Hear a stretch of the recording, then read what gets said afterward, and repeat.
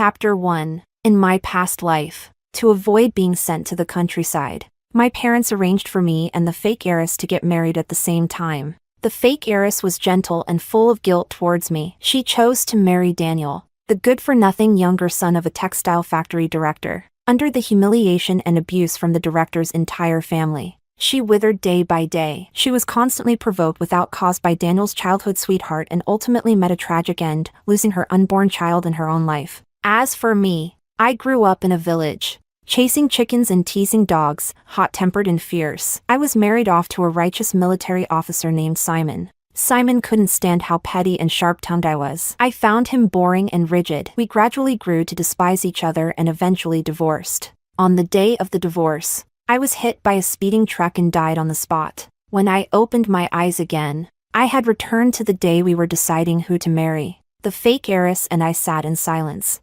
After a moment, without hesitation, I snatched up the household registration book from the director's family. Mom, Dad, I want to marry Daniel, the factory director's son. Oriana, my mother said, you just got back home. You don't know what Daniel is like. The Sun family has a complicated situation. And there's a paralyzed grandmother too. If you marry into that family, you'll suffer. 15 years ago, my mother lost me when she took me out. She'd felt guilty ever since, and now that she finally had me back, she couldn't bear to see me suffer again. The fake heiress, Ruby, kept her head low, twisting her hands nervously. Her lips trembled with fear, but she still spoke up resolutely. Sister, I'll marry Daniel. You marry Simon. No, no one can stop me from marrying Daniel. It was love at first sight. Mom, the marriage arrangement with the Sun family was originally meant for the biological daughter of the Yi family. It should be me who goes, no matter what. I held the household book tightly, eyes full of confident anticipation. That hopeless playboy? He was the perfect match for a wild little troublemaker like me from the countryside.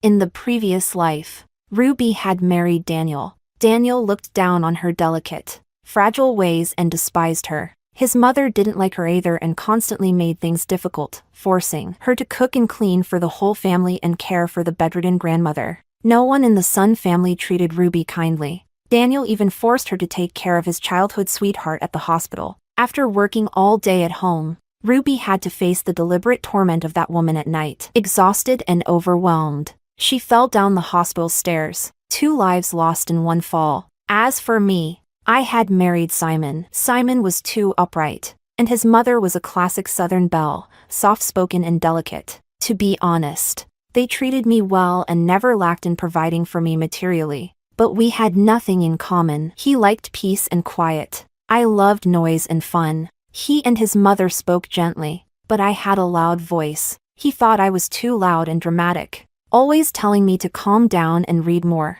I thought he was dull. He kept repeating the same things every day. I wanted to start a small business to improve our lives, but he stopped me multiple times. One time, he almost reported me to the authorities himself. If it weren't for his mother stepping in, I'd have ended up in serious trouble. We fought constantly. In the end, we couldn't go on and agreed to divorce. After the divorce, I thought I'd finally be free to do whatever I wanted. But I got too excited, wasn't paying attention while crossing the street, and got hit by a truck, dead. Just like that. Given a second chance at life, I had no intention of ruining Simon and his gentle mother's lives again. Oriana, if you've made up your mind, go get the marriage certificate tomorrow. Chapter 2. Mother sighed twice in helplessness, exchanged a glance with father, and the two of them left together. Just like that, my marriage to Ruby was decided. Ruby clutched my hand tightly, tears streaming down her face. Sister, the Sun family is a den of wolves. You shouldn't have. Not necessarily. I tightened my grip on her hand. I could see the guilt she felt toward me from the look on her face when she mentioned Daniel. I was sure she had been reborn too. I'm not someone who takes losses lying down. You'll see the Sun family get what's coming. Ruby froze. Sister, why you came back too?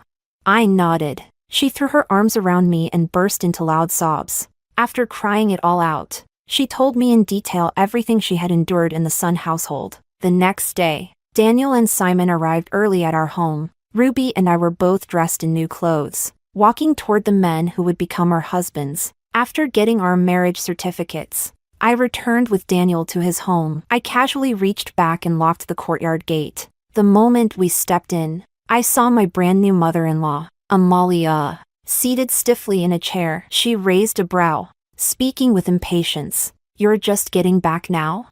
Daniel walked in and tossed the marriage certificate at her. "Mom, we had to wait in line. You brought home this muddy-footed bumpkin?" Amalia shot to her feet and stormed up to me. "A low-born peasant like you dares step onto Sun family land? Kneel!"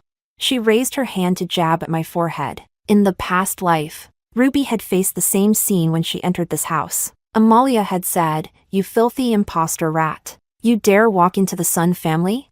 Ruby had burst into tears. Amalia took the opportunity to kick her to the ground. From that moment on, Ruby never managed to rise again in that household. This time, I watched the finger coming toward me, calmly raised my hand, and snapped it clean. "Ah!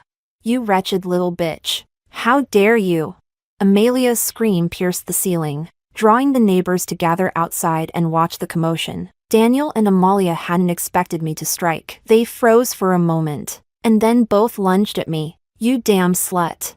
How dare you hit my mom?" Daniel shouted, throwing a punch. "You little whore. I'll kill you," Amalia screeched, grabbing the broom nearby and swinging it at me. I caught Daniel's arm, crack, and both his arms dropped uselessly at his sides. Daniel let out a miserable cry. The broom in Amalia's hand? I snatched it away before she could even react. You, how dare you? You," I smiled. "Mother-in-law, pleasure to meet you. Do you like this welcome gift?"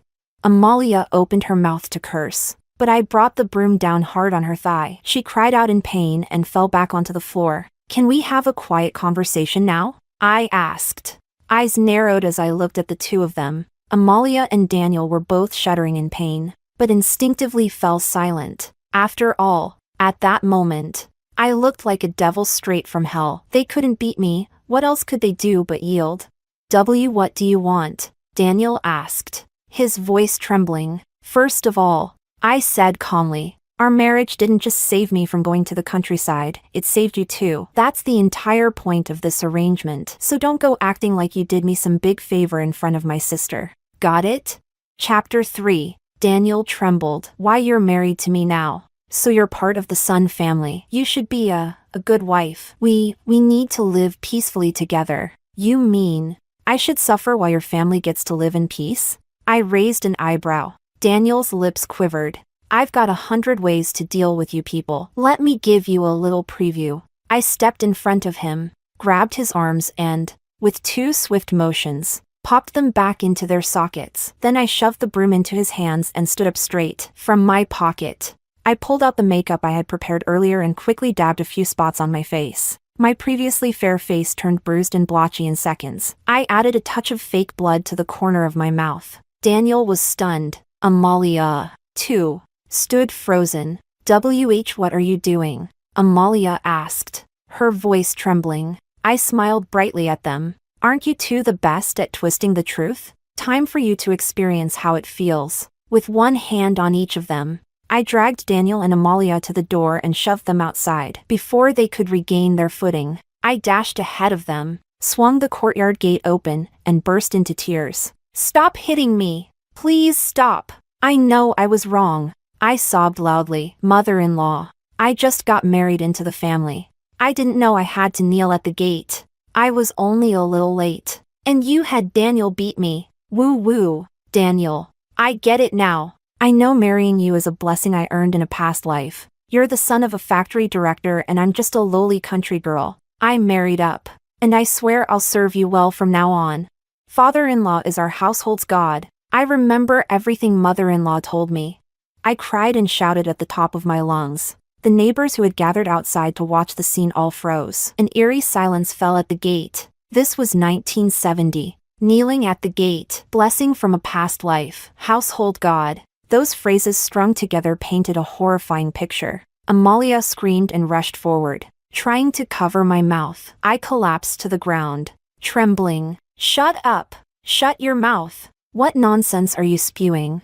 Her voice was urgent and her face twisted with fury, just the kind of face that screamed abuser. Some neighbors finally couldn't take it anymore and stepped forward to intervene. Amalia, calm down. She's a new daughter-in-law. Even if you want to set some rules, there's a process. Yeah. What kind of things are you saying? This is going to ruin Director Sun's reputation. I think we need to report this to the Women's Federation. Somebody go call the neighborhood committee. No, it wasn't me. She's the one who hit us. She dislocated both my son's arms. Amalia shouted, furious. She couldn't believe they were the ones being painted as the villains. Everyone turned to look at Daniel, who was still holding the broom. His brain whirred into overdrive. Then, he knelt in front of me with a thud. Wife, I'm sorry. I was wrong. This will never happen again. I swear. Let's go home. Don't make a scene in front of the neighbors. Daniel may have been a playboy, but he wasn't stupid, and he didn't care about saving face. As long as he could get what he wanted, he'd bow to anyone. Our eyes met. I grabbed his arm. Really? Daniel's body tensed. Yes. Really. I'll listen to everything you say from now on. I'm sorry about today. We've made a scene. Oriana, let's go home. I gave him a soft, delicate smile. You'll really listen to me? Yes. Daniel gritted his teeth. Then let's go home. I stood up with his arm as support, from an angle no one else could see. I flashed him a dazzling smile. For some reason, his knees nearly gave out under him. Chapter 4. Daniel helped me into the house while Amalia stomped her feet in frustration. I think Daniel's quite a good one. One neighbor murmured. He talks so politely to his wife. Yeah, it's really his mom causing all the trouble. I used to think the Sun family was decent folk. Who'd have guessed the factory director's wife would turn out to be such a vicious old hag? Maybe Director Sun acts all nice at work but shows his real face at home. Hey, don't say things like that out loud. If word spreads, Director Sun could be in serious trouble. If the authorities really came to investigate, it'd be the new daughter-in-law they ask. Exactly. If she insists that the talk about gods and past life blessings came from the Sun family. At that moment, Amalia finally cooled down. She'd been the director's wife for years, arrogant and domineering. Yes, but not stupid. Everyone, please don't jump to conclusions, she said, adjusting her tone. It was just a little disagreement between me and my daughter-in-law. She must have picked up some nonsense somewhere and got confused just now. We never said those things. Amalia was fuming inside, but she had no choice but to lower her stance and explain. If this blew up any further, it could really affect her husband. We've all been neighbors for years. You know what kind of people we are. The girl's still young. She said something wrong. I apologize on her behalf. Please, let's not spread rumors. Her words were a mix of softness and veiled threats. She even scanned the crowd one by one, making it clear she'd remember who said what. It was the 1970s. People were radical, sure, but they also knew the Sun family had powerful backing. Not someone they could afford to cross. With some nervous laughter and vague nods, the neighbors dispersed. Only then did Amalia shut the gate and return to the house. But the moment she stepped in, she almost fainted from rage. I was sitting in her chair, where she had been before, and Daniel was standing beside me, massaging my shoulders. Amalia's fat shook with rage. Mom, I said calmly. Daniel and I just got married. Shouldn't you go get some meat? You don't expect a new daughter-in-law's first meal to be all vegetables, right? Daniel chimed in quickly. Yeah, Mom.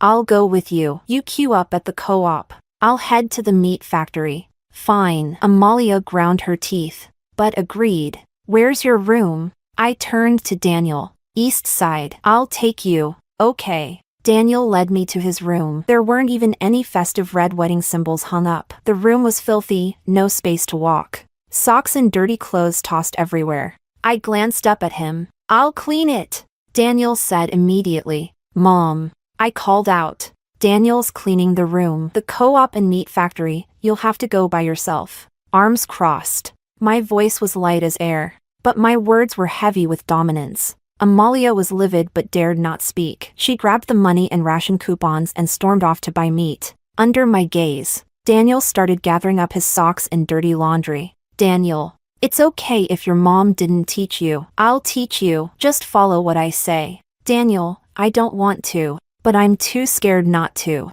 Outer clothes go in one basin, underwear in another, socks in their own. That's so much work, Daniel muttered under his breath. I grabbed the broom. Daniel's whole body twitched, and suddenly, his hands were moving very efficiently. The next hour was a whirlwind, sweeping, wiping the table, organizing the wardrobe, getting rid of trash, scrubbing the floor, changing the sheets and covers. Daniel did everything beautifully. If he didn't do it right, I popped his arm out and shoved it back in, then he did do it right. By the time Amalia came home, carrying 2 jeans of pork belly, Daniel was sitting in the courtyard doing laundry. Seeing her son so well behaved, Amalia was so moved, she almost cried. Chapter 5. I'll cook, I said as I stepped forward and took the meat from Amalia's hands. She froze. You'll cook?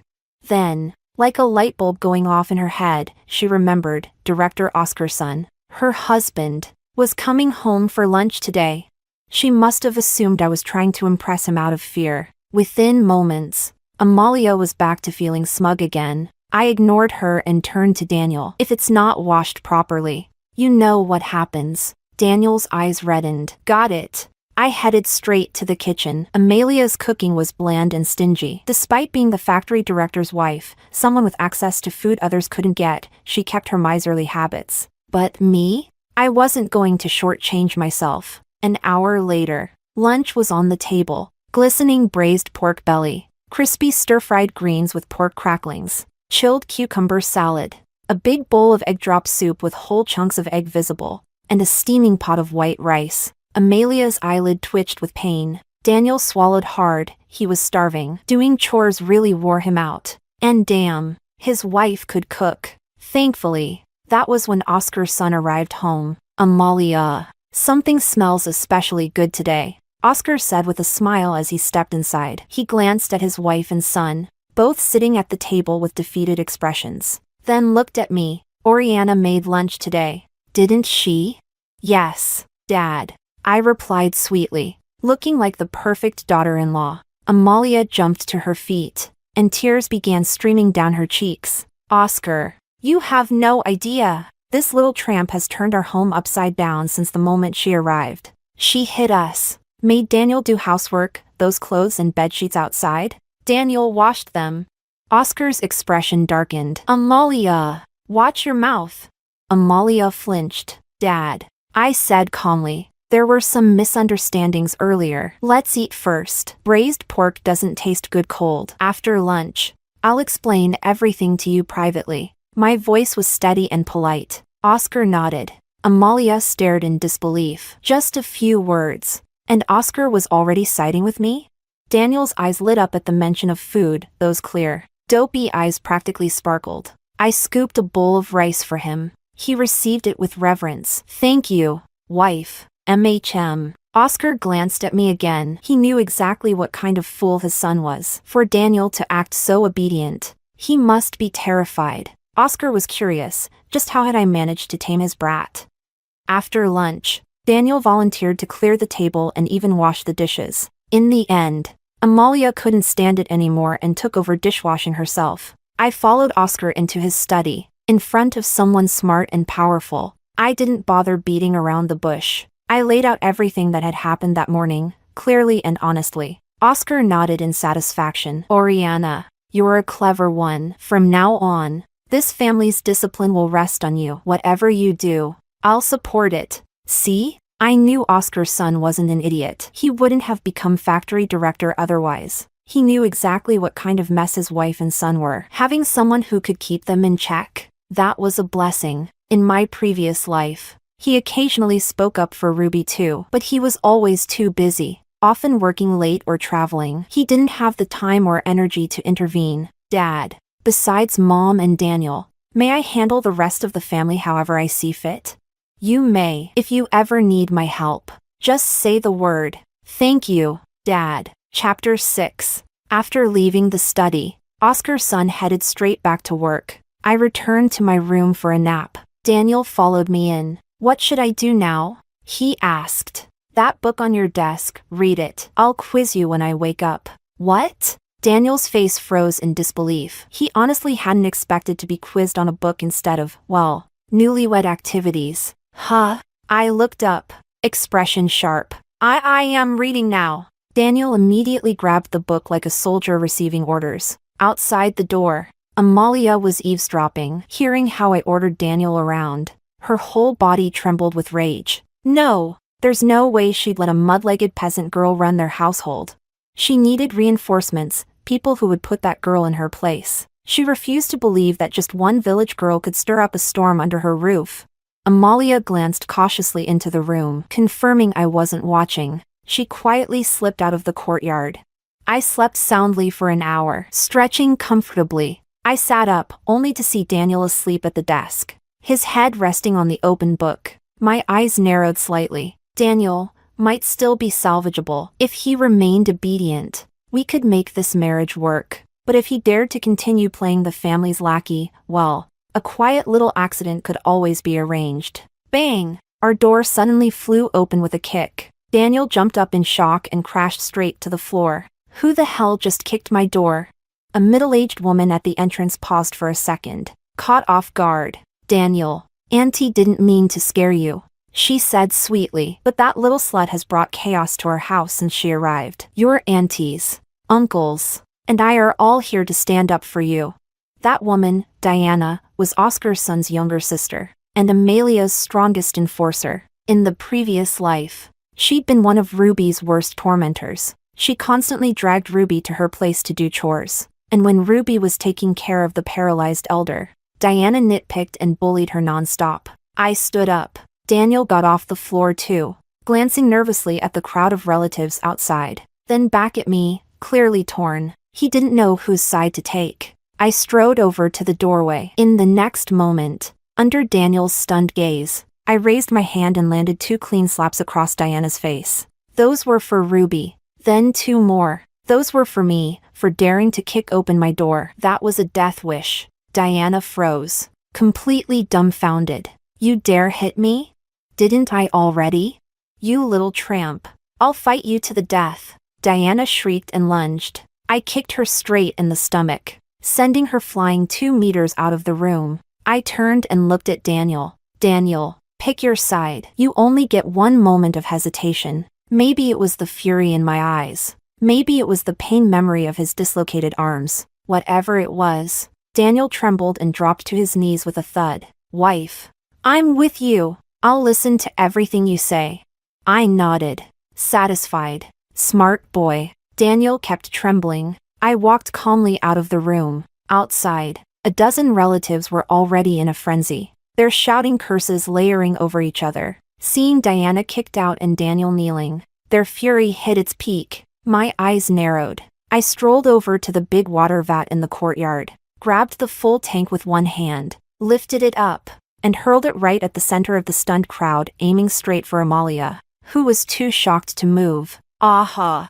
Chapter 7. The water vat stopped less than 10 centimeters from Amelia's head. The sheer pressure made Amalia wet her pants on the spot. She peed herself. The gaggle of aunts and distant relatives had long since backed far away. The more timid ones had even closed their eyes in fear. I curled my lips into a smile and casually flipped my wrist. The vat landed steadily back in place with a loud clang. So, any other relative want to teach me a lesson? I've got time now. My gaze swept slowly across the crowd, finally landing on Diana. Her legs gave out and she collapsed to the ground.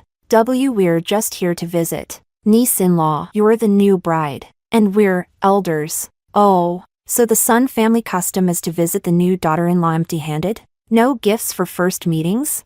Yes, yes, yes. Diana scrambled to dig through her pockets. She found 50 cents, money she'd originally planned to use to buy some meat. Her heart ached as she handed it over. Damn that sister-in-law of hers, bringing home such a fierce daughter-in-law. Clearly tired of living. I took Diana's 50 cents, then looked to the others. They all got the message fast and immediately dug into their own pockets, each handing over what they had. Well, now that you've seen me, and given your welcome gifts, would you like to stay for dinner? I asked. No, we were just leaving, they stammered, helping one another up and fleeing the Sun household at record speed. Only Amalia remained, her pants still soaked in the courtyard. What's wrong, mother-in-law? All your relatives are so generous and understanding. Are you the only one who didn't bring a gift?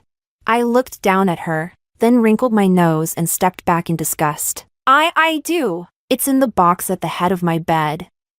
I'll go get it. No need. I'll get it myself. I strode into her room. By the time Amalia came crawling after me in a panic, I had already broken the lock on the box by her bed. Smoothly, I popped the lid and took out all the money and ration tickets inside. A quick glance, at least 1,000 yuan. In 1970, 1,000 yuan had enormous purchasing power. Mother-in-law, you really are the most generous of them all. Pocketing the loot, I walked out of the room. Now go clean yourself up. You're not that old. Stop peeing yourself. I'm not your nurse. I marched back to my room. After a while, I finally heard Amelia's muffled sobs from the other room. Daniel was standing quietly in the corner, like a schoolboy being punished. See? There's no such thing as an unruly husband or a meddling mother-in-law. There's only fists that aren't hard enough, and slaps that don't land loud enough. That night, I cooked again. Daniel helped out,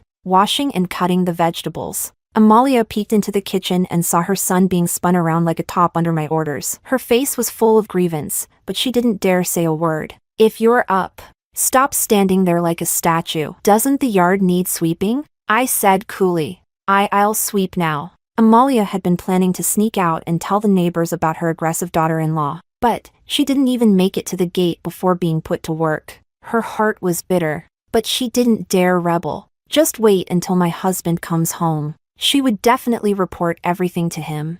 When Oscar's son returned from work, the first thing he saw was his usually arrogant wife, sweeping the courtyard. And his son, the one who wouldn't lift a finger even if a bottle of oil fell over, was doing the dishes. Oscar looked at me, his daughter-in-law, and his gaze grew even softer. Chapter 8. Just as the food was placed on the table, a pair of fraternal twins ran in through the door. Aunt, Uncle, we're back.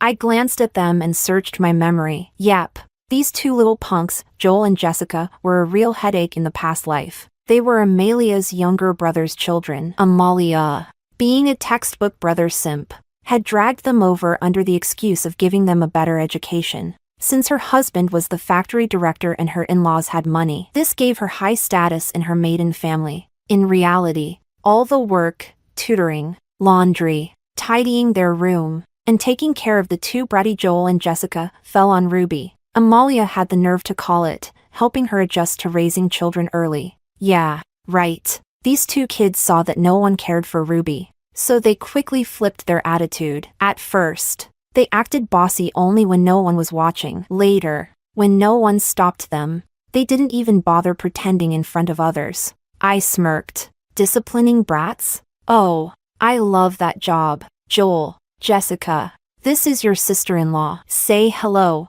Oscar's son introduced us. Amelia's eyes widened. What was going on? Why did it seem like her husband was pleased with this daughter-in-law?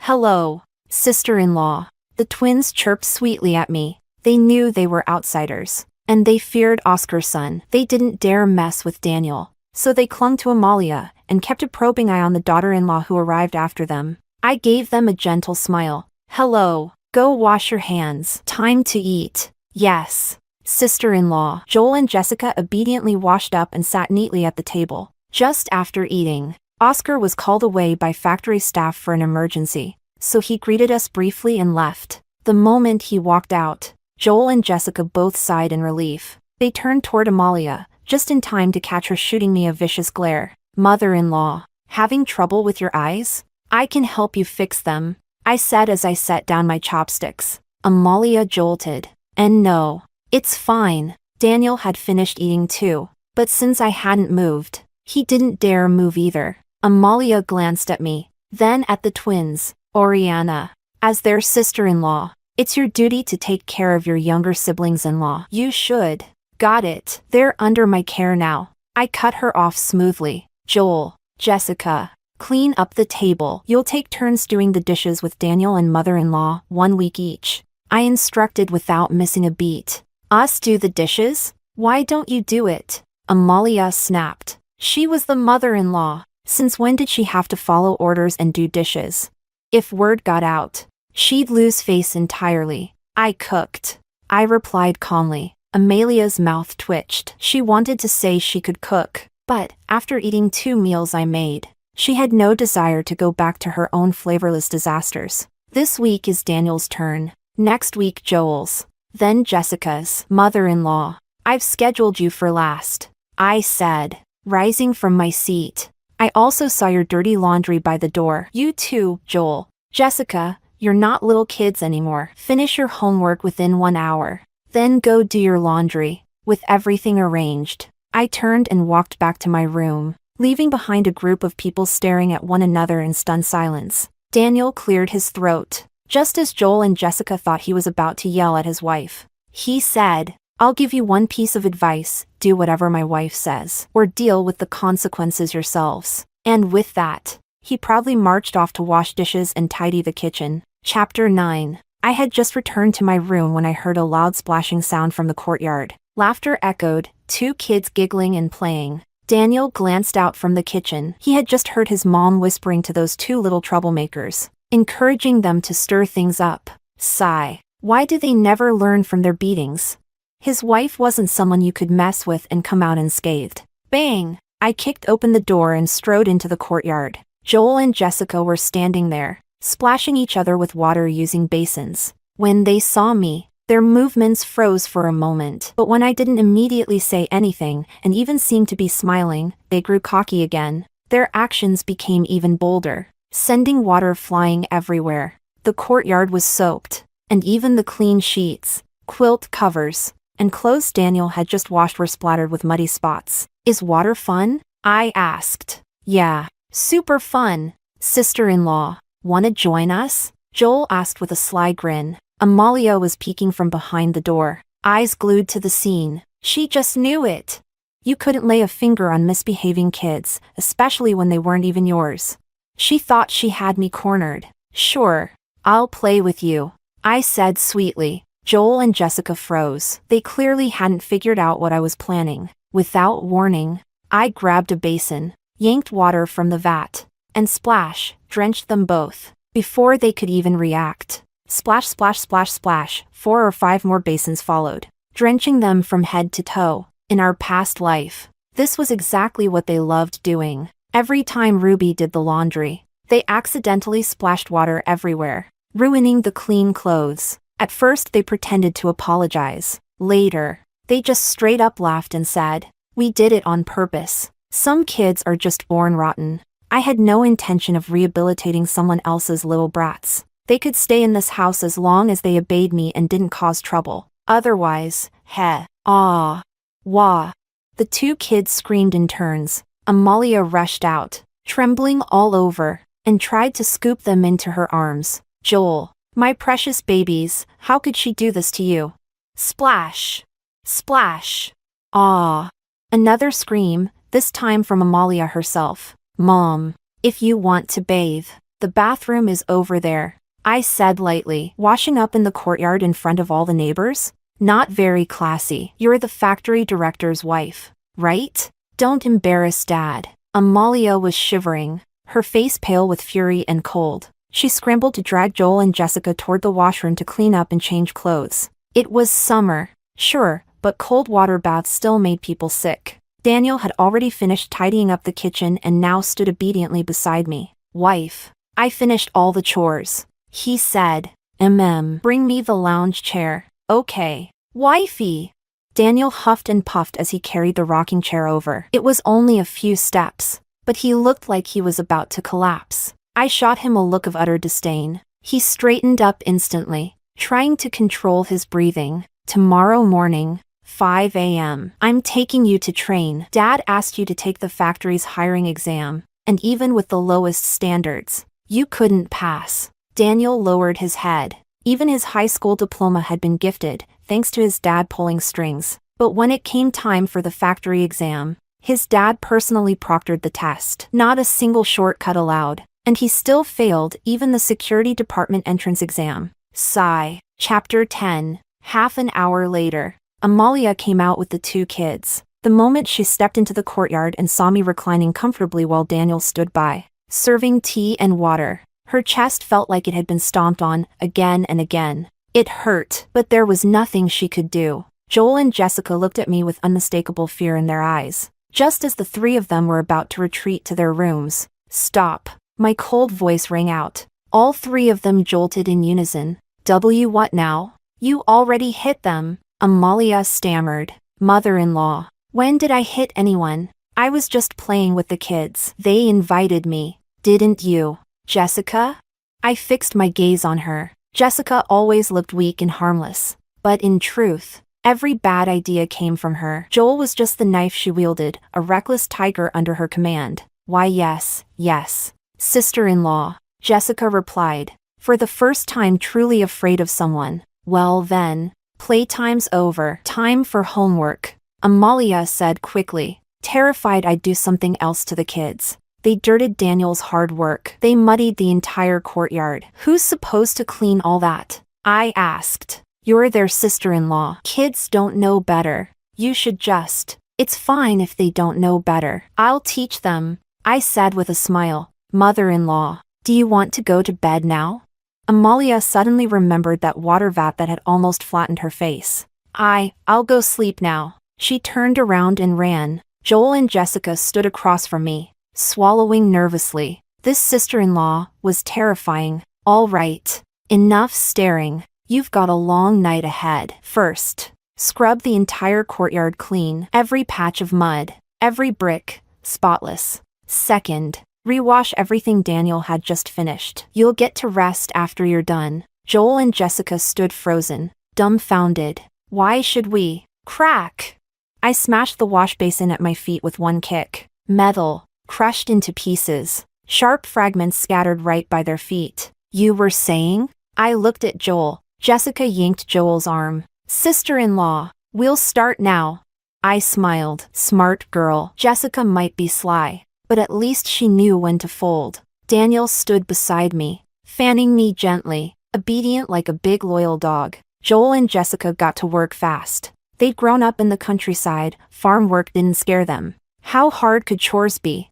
They swept up the standing water, mopped the entire yard till it sparkled, rewashed every piece of clothing and linen. 2 hours later, they finally finished. I napped in the rocking chair while they worked. Sister-in-law, we're done. Can we go to bed now? Jessica asked timidly. Yes, but finish your homework first. Yes, sister-in-law. The twins slinked back to their room. I went to shower. When I came back, Daniel was standing by the bed, eyes lingering a little too long on the freshly changed sheets. When he saw me enter, he looked flustered. Wife, tonight is our wedding night. I was thinking. He slowly stepped closer, eyes hot, breath even hotter. I want to be with you. Chapter 11. Smack! I slapped Daniel across the face. Stop dreaming. I'm not willing. But wife, we're already married, Daniel said pitifully, looking like the aggrieved one in a drama. Marriage doesn't mean we have to sleep together. If you want to get in bed with me, you'll have to earn it. I've been obedient enough, haven't I? He mumbled. One day isn't nearly enough. You can only touch me when I say so. Daniel, this kind of thing? Only I get to bring it up, you don't. Why? You tell me. Daniel, because you're stronger. Because your punches hurt. Me, good. You know your place. That night, Daniel slept on the floor. I knew it wasn't a long-term solution. It was summer now, so the floor was still warm. But when autumn and winter came, it wouldn't be fit for a person to sleep on. I didn't care much for Daniel, but I wasn't cruel enough to let him develop health problems. So, this room needed some remodeling. With that thought in mind, I drifted off to sleep. Meanwhile, Daniel twisted and turned on the hard floor. Damn, it's really hard. I'm her husband and I don't even get a bed? And my wife is so fierce. But she's also really pretty. Daniel sighed softly, wondering when he'd finally be allowed to hold his wife and sleep beside her. Sigh. The next morning at 5 a.m., I got up. Daniel was still snoring away, so I grabbed him by the collar and hauled him up. He blinked at me, completely dazed. Wife, wash your face and brush your teeth. I'm taking you for a run. Run? Running? Daniel snapped awake. He didn't want to, but he didn't dare say no. So, dragging his feet. He went to wash up. Amalia hadn't slept well all night, hearing noise outside. She got up too. She stared, stunned, as her son, the one who never got out of bed before noon, was actually up, brushing his teeth. In the past, she had to chase him around the house yelling just to get him to wash his face. "Good morning, mother-in-law. Watch the fire for me, will you? There's porridge in the clay pot, steamed buns in the big pot, and the vegetables in the basin. Please wash those." I laid out the instructions clearly. After yesterday, Amalia finally understood the power gap between us. She didn't dare pull any tricks this time and simply nodded. "Daniel, let's go." "Coming," Daniel answered and quickly followed me outside. "Daniel, where are you going so early?" Amalia asked, grabbing her son with concern. "I'm going running, Mom," Daniel said and rushed to catch up to me, afraid of falling behind and getting punished. Not far from the Sun home was a small river with clean, flowing water. Kids often played and caught fish there. The early morning breeze was cool and refreshing, and the ripples on the river made the whole world feel calm. "Warm up your joints first. Then, 50 laps. Daniel's eyes went wide. He was certain his wife was going to run him to death. 1 hour later, we returned home. Daniel's legs were so weak he could barely stand. So tired. Right then, we bumped into Oscar's son at the gate. "Oriana, where have you two been?" "Dad, I took Daniel out for a run. There's a recruitment at the factory next month. Daniel and I both want to apply," I said with a smile. "Oriana, you're a high school graduate, right?"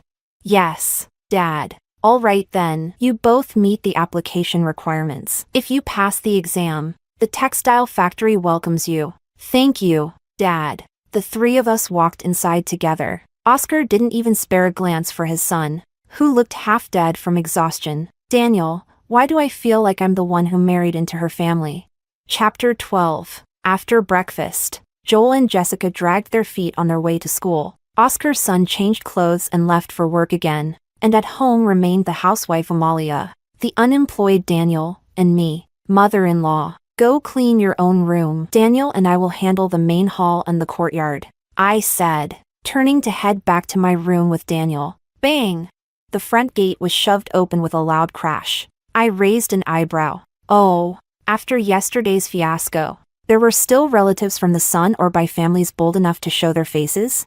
Diana entered, flanked by her 2 sons, carrying an old woman into the house. My eyes narrowed slightly. That old woman was Daniel's grandmother. She had been living with Diana for years. Of course, that care wasn't free. Oscar's son gave Diana 5 yuan a month for her, with extra money for medicine and checkups. Back then, the old lady could still walk and move around. She'd help Diana babysit and do chores. But last month, she fell and hurt herself. After that, she couldn't move. She needed someone to clean up after her, literally. Diana, being lazy and greedy, wasn't about to spend her days wiping poop. She was planning to ask her big brother for more money. If the price was right, maybe she'd hold on. But after getting humiliated at my hands yesterday, she couldn't stand it. The more she thought about it, the angrier she got. So she told her mother everything. The old woman immediately demanded to move in.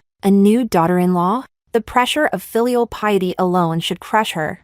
Surely, no one would dare lay a hand on a paralyzed grandmother. If I so much as raised my voice, the neighbor's spit would drown me, and even Oscar's son would have to kick me out. Diana was certain, once her brother stepped in, I'd be divorced on the spot. So she showed up early this morning, fully prepared. Sister-in-law, Mom's been living with me for years, but when she heard Daniel got married, she insisted on coming here to enjoy her granddaughter-in-law's care.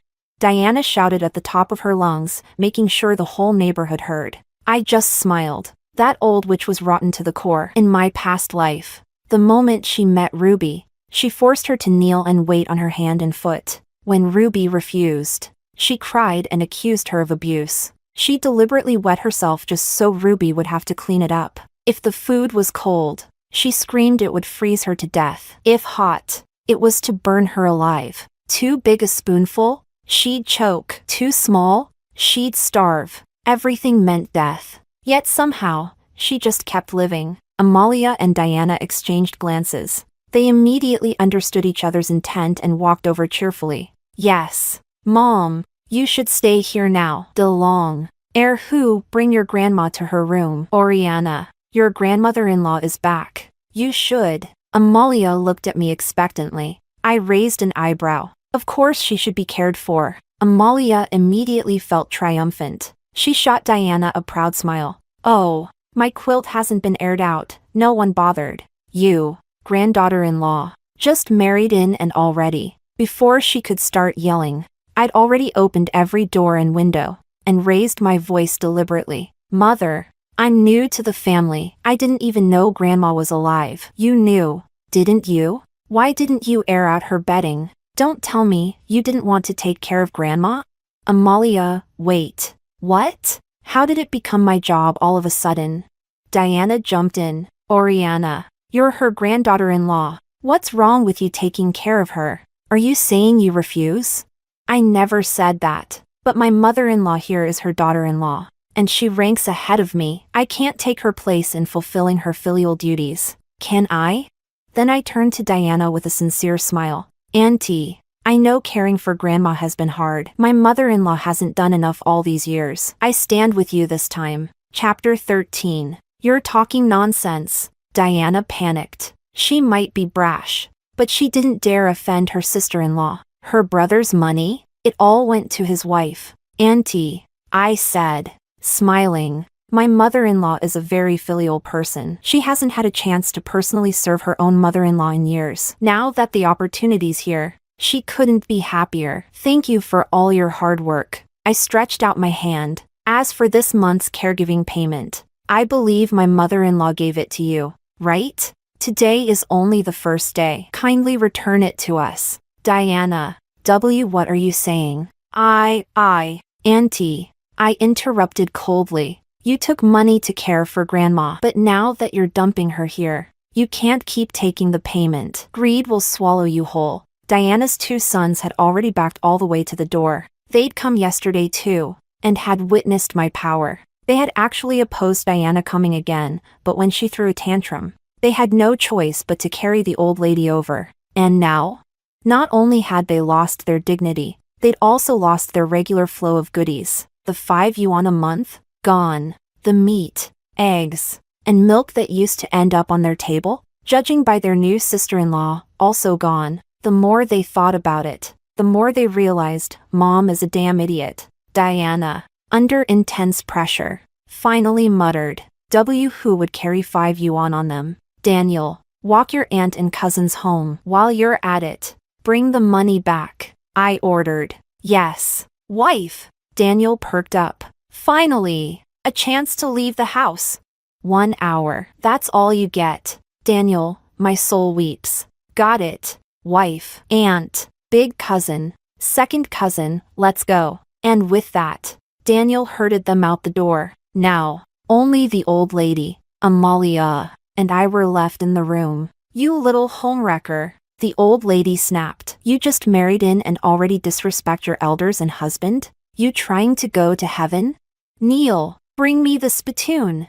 I let out a light chuckle. Amalia flinched instinctively. Wham! I kicked Amalia in the leg, and she dropped to her knees with a thud. Grandma, your actual daughter-in-law is right here. Ow, ow, ow, Amalia whimpered in pain. I kicked the spittoon toward the old woman. She caught it on reflex. Grandma, look, your hands work just fine. Since you can hold things, don't torment your daughter-in-law. If word gets out, people will say you're a tyrant who bullies the younger generation. You bullies like you don't live long. With that, I turned and walked out. Let them stew in there. I didn't care. The old crone fumed. Not only did I refuse to wait on her, I just walked off.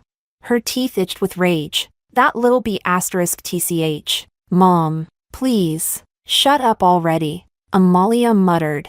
That daughter-in-law? We can't afford to mess with her. If you really want to live longer, go back to Aunt Diana's place. After multiple failed tests, Amalia had finally learned her lesson. I was someone none of them could handle. First, my fists beat everyone in the family. Second, Oscar's son backed me all the way. In the son and by families, Those 2 points were absolute trump cards.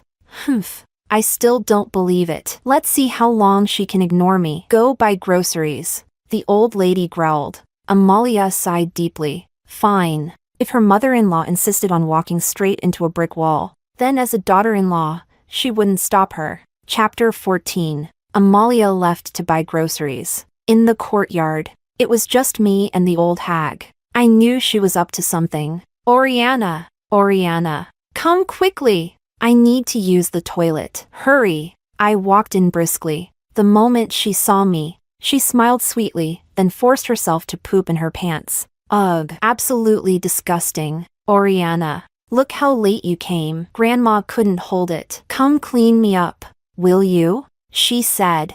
Still smiling, I smiled right back, held my breath, closed all the windows I'd just opened, and shut the door too, nice and tight. Grandma, I'm just a weak little daughter-in-law. I can't lift you. But don't worry, Daniel will be back soon. And if not, my mother-in-law will be home shortly. Your very own daughter-in-law and grandson surely won't mind cleaning up after you. You dare? Oriana, I'm your grandma. Oh, Grandma, what are you saying? I do care, but I really can't lift you. Still, you're right, it's not good to leave you sitting in filth. I'll go find someone to help. Old Lady Ma from next door is known for her helpfulness. I'm sure she'll be delighted to assist with a poop and pee stuck elderly lady. I turned to leave. That old woman and Ma Granny had hated each other their whole lives, always bickering. Stop right there, she screeched. If that woman found out about this, she'd never live it down. She groaned and got out of bed herself. Oh my, what a medical miracle. Just one poop and you're cured of paralysis. I beamed at her. The old crone huffed off to the washroom, muttering as she went to clean herself up. Naturally, I stayed far, far away. She cursed the whole way through, washed up, changed clothes, and then came marching back over with a basin full of her soiled laundry. Oriana, wash these clothes for me. Oh, I can't. Absolutely not. I still need to bring Ma Granny over to witness this miracle. Maybe even call Diana and the others to tell them. Aya! Oriana, shut up. In the end, she had to wash her clothes herself. As it should be. You make your mess. You deal with it. When Amalia got home, the first thing she saw was Grandma's clothes hanging on the line. Her eyes lit up. Ah, the old fox got the upper hand. Just as she was celebrating this tiny victory, she spotted the old hag squatting on the ground, scrubbing poop stains. Amalia blinked, stunned. Mom, a medical miracle? I got home and just felt so happy. Suddenly my legs started working again. Grandma quickly blurted out, before I could say a word. Oh, so a good mood is the real miracle cure. Huh? I said sweetly, looking at her. Yes, she answered instantly. I'll go back to Diana's house. I'm used to living there. I'll leave this afternoon. No, right now. Just give me a basket for my laundry so I can take it to dry. Daniel had just returned, with Grandma now begging to leave. He had no choice but to escort her again. Amalia didn't fully recover from the shock until Grandma finally left. It hit her, even her own mother-in-law had been defeated by me. She turned to look at me, eyes filled with pure fear. Finally, she gave up. Completely. I was very satisfied with that reaction. Mother-in-law, you can go clean your mother-in-law's room now, I said calmly, returning to my room to read. She stepped into the old lady's room, and a wave of stench hit her like a truck.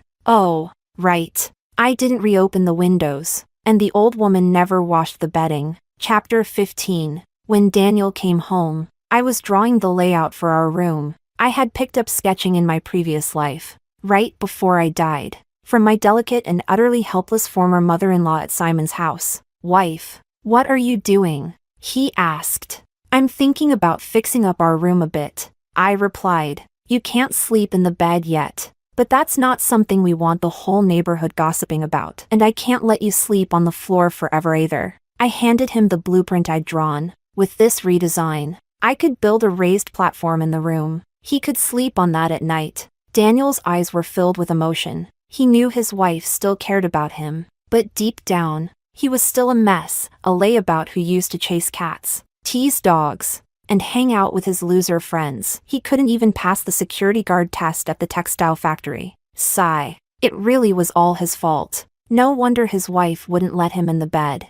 I glanced at him. Come on, let's go to the junkyard and see if we can find any usable wood. Yes, wife, Daniel replied instantly, eagerly tagging along. In our past life, Daniel had been kind of trash, impulsive, easily manipulated, and not very bright, but not completely irredeemable. Ruby once told me, after her death, he cried his heart out. Sure, he ignored her, didn't defend her, and never helped her with chores, but at least he never hit her. As we walked, I turned to him and said, Daniel, only cowards and trash hit their wives and kids. He froze for a second. It immediately reminded him of the day I moved in. He had raised his hand at me. Wife, yesterday, you hit my mom first, and I just reacted. I swear, no matter how much I dislike a woman, I've never hit one before. I looked at him and nodded. What happened yesterday?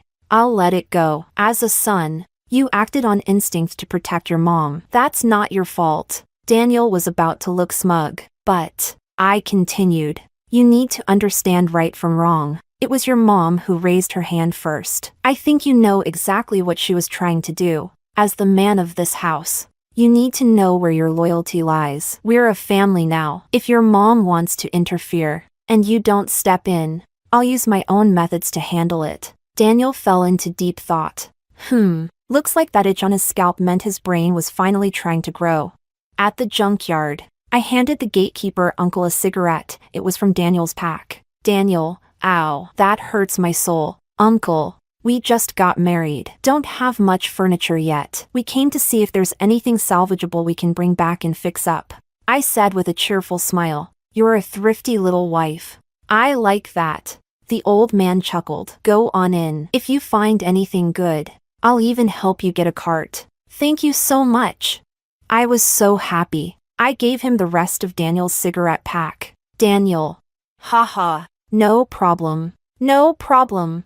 The uncle was overjoyed. I dragged Daniel into the yard with me. Before long, we found a beautifully carved canopy bed. It had been dumped carelessly on the side, with 2 broken legs. Also, 2 desks, several chairs, and a wardrobe. These were exactly the same items I'd picked in my past life. Wife, this is too much. It won't fit in our room, Daniel whispered. Take it all. What we can use, we'll use. What we can't, we'll chop up for firewood, I said, glancing at him. Daniel nodded right away. My wife really knows how to live smart. Chapter 16. With the help of the gatekeeper uncle, everything I picked out was quickly hauled back to the Sun household. Oscar's son, being the director of the textile factory, had a big courtyard at home. Amalia had planted a vegetable patch in one corner. Originally, she wanted to plant flowers, but considering the current political climate, Oscar vetoed that idea.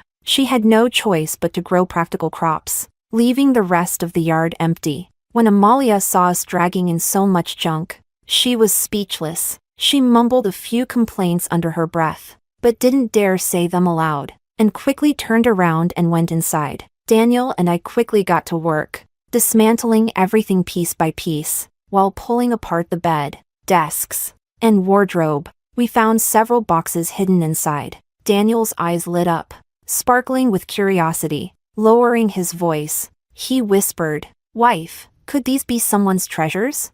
I smacked his arm. Move all the boxes into our room. Hide them under the bed, and don't mention them to anyone. Daniel obediently nodded and did exactly as told. We dismantled the rest. Some of the wood planks were still usable. The rest, we smashed up for firewood. Watching that beautifully carved canopy bed get broken into pieces, it made my heart ache. But it had to be done. Given the political atmosphere, if anyone caught wind of even the slightest misconduct, the entire family could get exiled. It would be a disaster. As we clanked and hammered away, more and more neighbors came by to watch the commotion. Seeing Daniel working alongside me, they all commented, Wow, this new daughter-in-law really gets along with Daniel.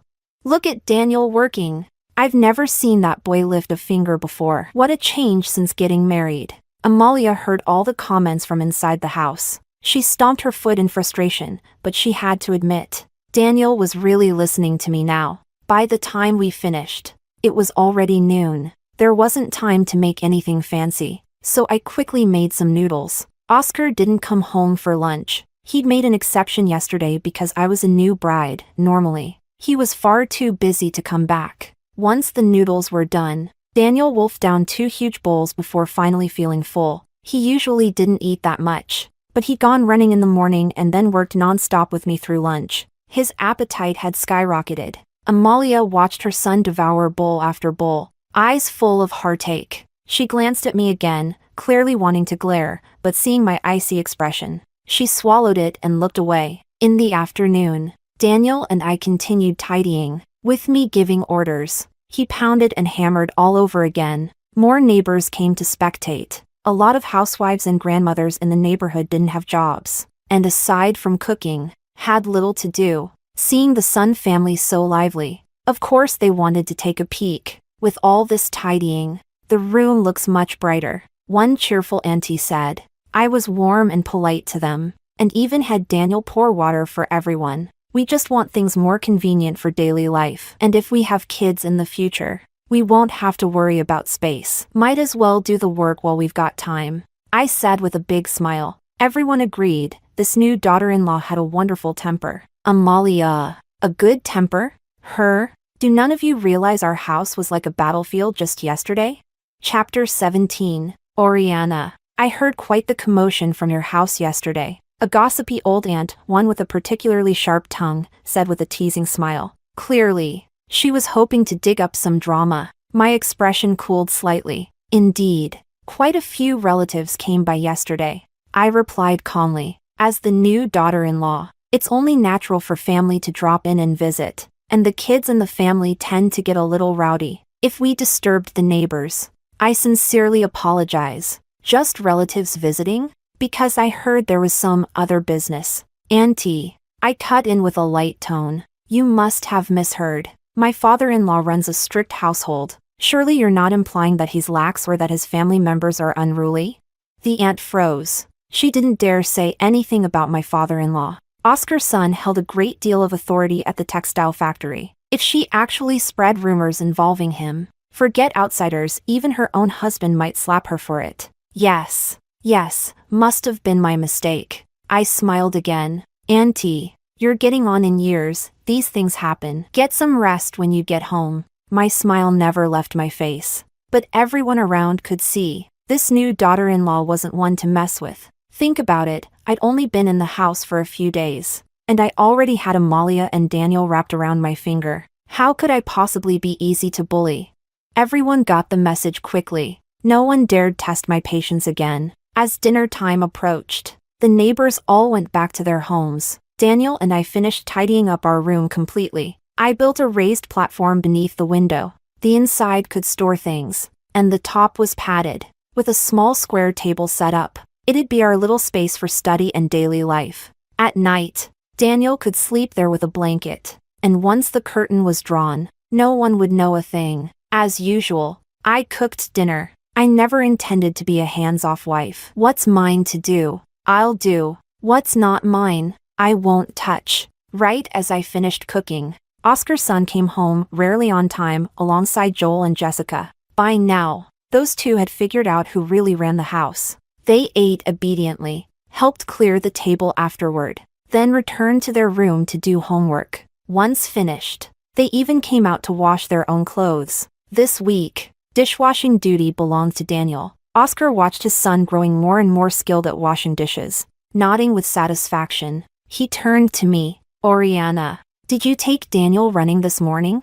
I nodded. Yes, Dad. Daniel and I both want to improve ourselves. Right now we don't have jobs, and it's not right to rely on you for everything. We're young and healthy. As long as we work hard and stay focused, I believe we'll find jobs and shine in our own way. The more I spoke, the more pleased Oscar looked. Get some rest, he said warmly. I replied with a smile and walked back to the kitchen. Daniel had just finished cleaning up. The two of us returned to our room. Once inside, I tossed a book at him. Daniel scratched his head. Wife, I get sleepy the second I see a book. No worries, I know how to wake you right up. Daniel shivered and sat up straight. I'm not sleepy anymore, He opened the book right away. But clearly, he'd spent too many years goofing off. He didn't understand most of it. If you don't understand something, just ask me anytime. I said, yes, wife. He nodded quickly and started asking questions. We kept discussing until 10 p.m. At one point, Oscar came out and saw his son studying seriously. The sight made him even more satisfied with me as his daughter-in-law. When Oscar returned to his room and closed the door, Amalia immediately began to complain, telling him all about how the household had turned upside down since I'd arrived. Oscar looked at her coolly. Isn't this change a good thing? Amalia, good. Chapter 18. The next day marked the customary third day return to the bride's family. Early in the morning, Oscar's son took the initiative to tell me, Oriana, today you're going back to your family. Everything that needs preparing has been prepared. Amalia, give Oriana some money. Amalia looked like she'd just bitten into a bitter melon. All the household money is already with Oriana. Oscar glanced at me with surprise. I gave a light cough. Mom gave it to me willingly. Amalia, willingly? Was I out of my mind? Well then, from now on, Oriana will manage the household finances. Amalia, with the in-laws still alive and the daughter-in-law holding the purse strings, how is this life even bearable? She was bitter, internally howling. Dad, don't worry. I'll take care of all the household matters properly from now on. There's no way I was going to turn down such a gift of authority. Oscar nodded in satisfaction and left for work. Daniel and I went shopping for a few gifts to bring back home. He rode the bicycle, and I sat on the back as we made our way to the Yi household. The Yi and Sun families weren't far apart, just two different residential zones. Both of my parents worked at the steel factory. When we arrived, Ruby and Simon were already there. Seeing me and Daniel walk in, Ruby instinctively tensed up. Only when she saw my calm expression did she finally relax and step forward, holding my hand. Sis. I nodded at her. Only then did she fully ease up. You guys got here a while ago?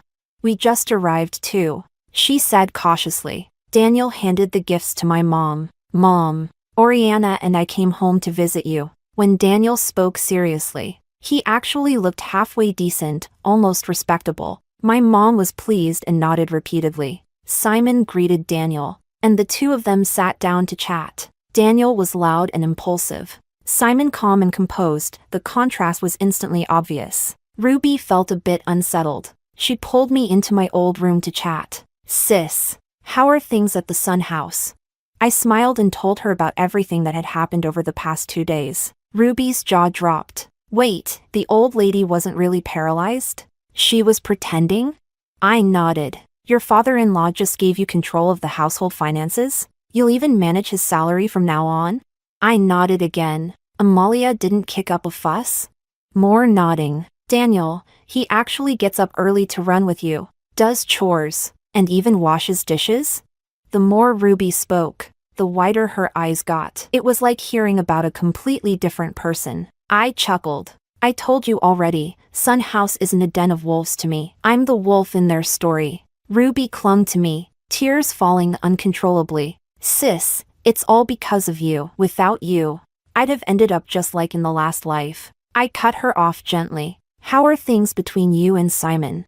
The moment Simon was mentioned, her cheeks flushed pink. He's really good to me. Oh, I teased. In what way exactly?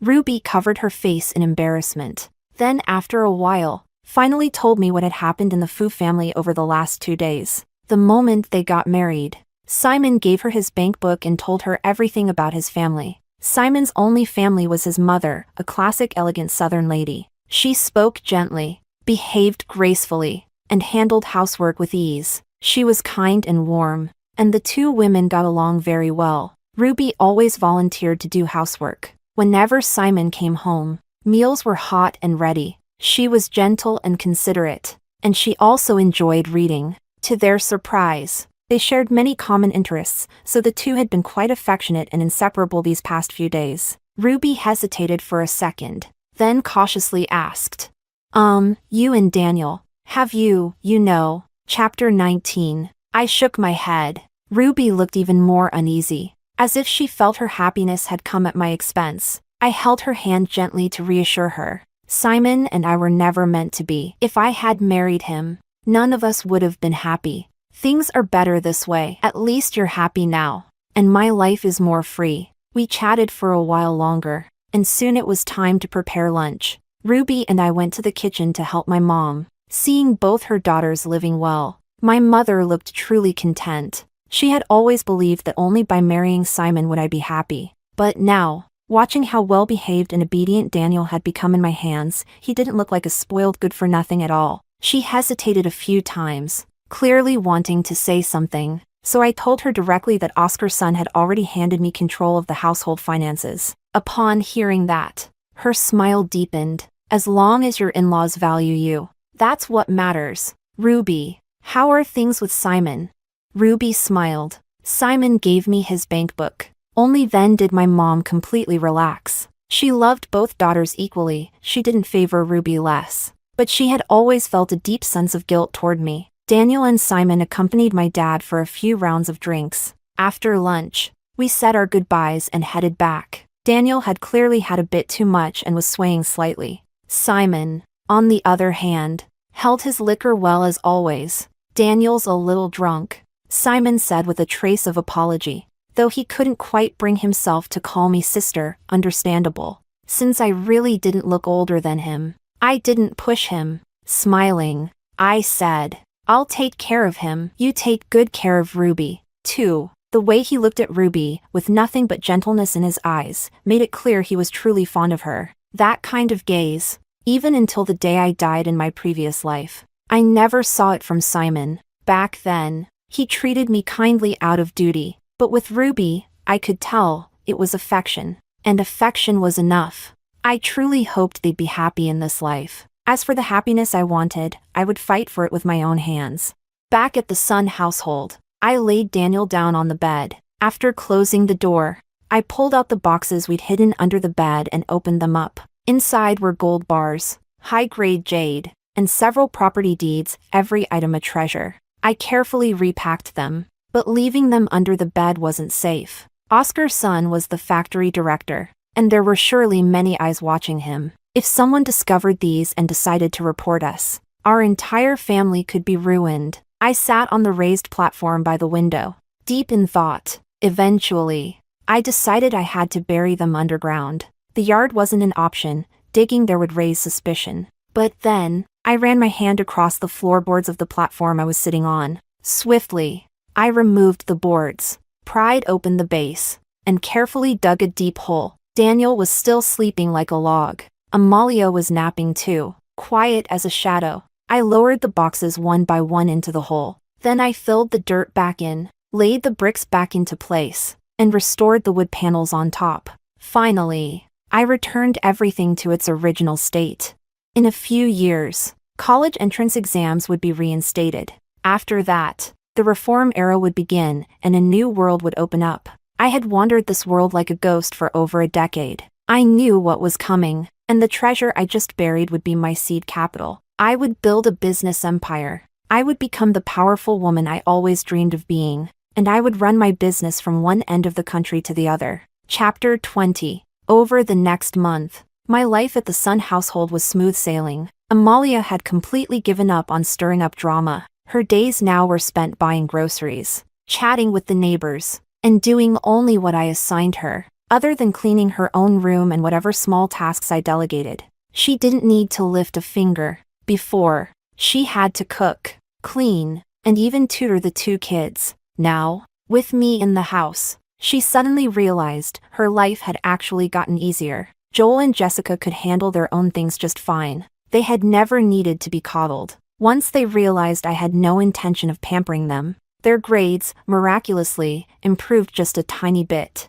Still scraping the bottom of the class, but at least slightly better. Amalia had only finished elementary school. She couldn't help much with schoolwork. And Daniel? Forget it. Joel and Jessica were in 5th grade now. Next semester, they'd be moving into middle school. They lived full-time in the Sun household. Oscar's son, out of respect for Amalia, never asked her brother to contribute anything financially. And Amalia, of course, would never ask her precious brother for money. In essence, The Sun family was footing the bill for raising 2 extra kids. During school breaks, they'd even get bags of goodies to take back home. But Amalia made it clear, if their grades didn't improve, she wasn't going to support them through middle school. As for me, I was never one to pretend to be a saint, and I had zero interest in saving born troublemakers. I knew the 2 of them wouldn't pass the middle school entrance exam. Sure, I could tutor them and help them make it if I really wanted to, but I didn't. Lately, the 2 had been anxious. They quietly went to Amalia, begging her to teach them, because if they couldn't get into middle school, they'd be sent back to the countryside to farm. For 2 kids used to city life, that was basically the end of the world. Amalia, even if I wanted to help, I literally can't.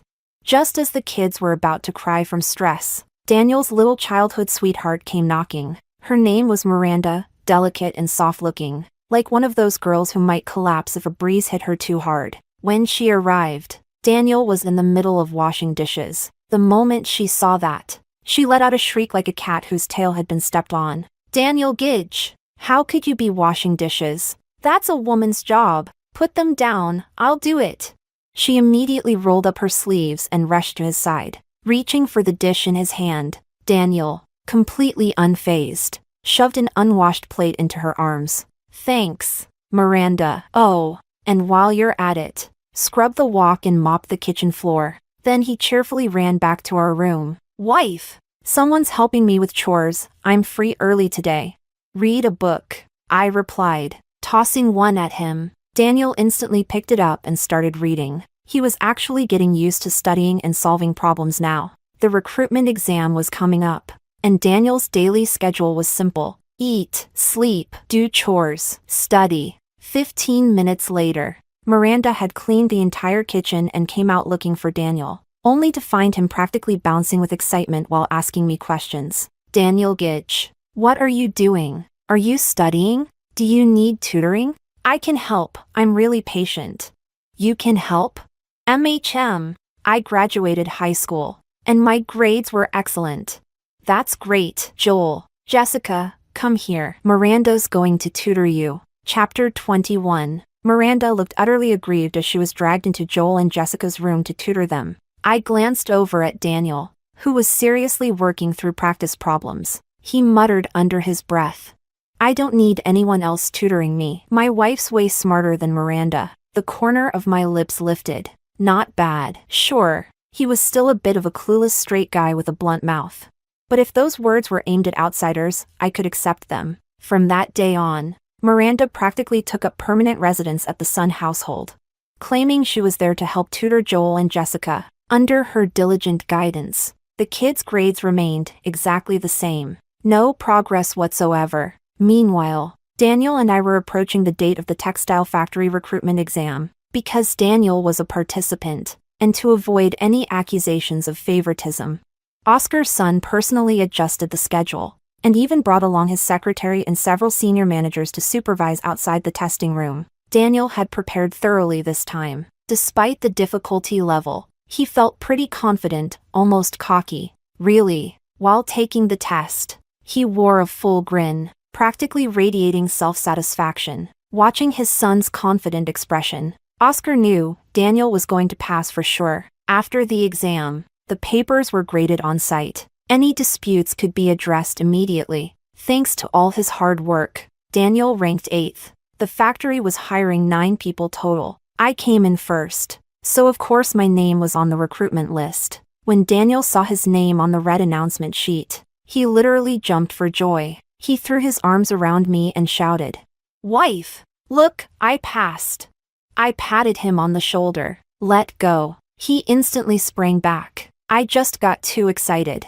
"That's all." Oscar walked over, gave Daniel a nod of approval. "Daniel, you really did well on this test." "Thank you, Dad." Then Oscar looked at me. "They say a wise man marries a virtuous wife. Since your marriage, Daniel has grown up a lot. You've worked hard, Oriana." I gave him a polite smile. "We've just been following your example, Dad. You're hardworking, diligent, and disciplined. As your children, it's only right that we learn from you." Oscar nodded, clearly pleased. He reached out and gave both me and Daniel a pat on the shoulder. Once you two start at the textile factory, make sure you work hard and shine in your positions. Yes, Dad, we will, Daniel and I answered in unison. When we got home, Amalia had already heard the news. She came rushing up, thrilled. I knew my son was smart. You know nothing, Daniel shot back loudly. If it weren't for my wife keeping me on track, I wouldn't have passed anything. Whatever praise Amalia had planned to give choked right back down her throat. News of Daniel passing the factory exam spread quickly among the neighbors. Everyone knew it was thanks to my tutoring that he passed. From that day on, quite a few neighbors came asking if I could tutor their kids too. I politely turned them all down, claiming I didn't have the time. Let's be real, they weren't going to give me their whole paycheck. Why would I waste energy tutoring other people's kids?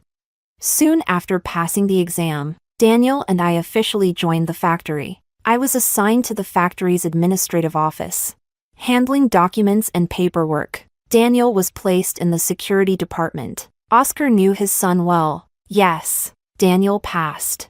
But all that knowledge had basically been force-fed to him by his wife. Security duty was probably the most suitable position for him. Chapter 22. Once work settled into a steady rhythm, I met up with Ruby again. She was doing well in the Fu household. When she found out that I had every single member of the Sun family perfectly under control, and that Daniel had even passed the textile factory exam under my management, she was genuinely shocked. In our past life, she had tried countless times to get Daniel on the right track, using soft words and gentle persuasion. But no matter what she said, Daniel simply refused to change. I smiled and said, "Just beat him once, that'll do it." Ruby silently gave me a thumbs up. Indeed, the Sun family was better suited for me. Simon's about to be transferred to Province G. I'm going with him, she said. When you get there, make sure to write me. Keep in touch. In a few years, the development there will really take off. I told her. Ruby nodded. Like me, she'd spent over a decade drifting through this world like a ghost. She, too, knew how the future would unfold. We chatted until late in the evening before finally going our separate ways. A couple days later, Ruby and Simon left. Before they departed, we had dinner together at my house with our parents. This time, Daniel didn't drink. Now that he was working in the security department, I didn't allow it, and Daniel, ever obedient, did as he was told. His one and only motivation these days? Getting permission to sleep in the same bed as me. I knew what he was thinking, and to be fair, I could see he truly treated me well. But so far, I hadn't developed any romantic or physical feelings for him. To me, that sort of thing should only happen when both people are genuinely willing. When we got back home, we were surprised to find Miranda still there. She had just finished tutoring Joel and Jessica. As she stepped out and saw me and Daniel chatting closely, her eyes turned red. Then, out of nowhere, her whole body jolted, like she was having a spasm, and she tripped over her own feet, stumbling directly toward Daniel. Daniel reacted instantly, pulling me aside. Miranda hit the floor with a dramatic splat, crying out in pain. Daniel pressed a hand to his chest. Good thing we dodged. She's so heavy, if she'd landed on us, we both would have gotten hurt. I smirked. Classic Daniel, brutally honest straight man. Miranda's tears flowed even harder. Daniel Gidge. I'm hurt. Could you take me to the hospital? Daniel was just about to say no, when Amalia came out of her room. She spotted Miranda on the floor and rushed over. Miranda, what happened? Then she turned to Daniel, a little flustered.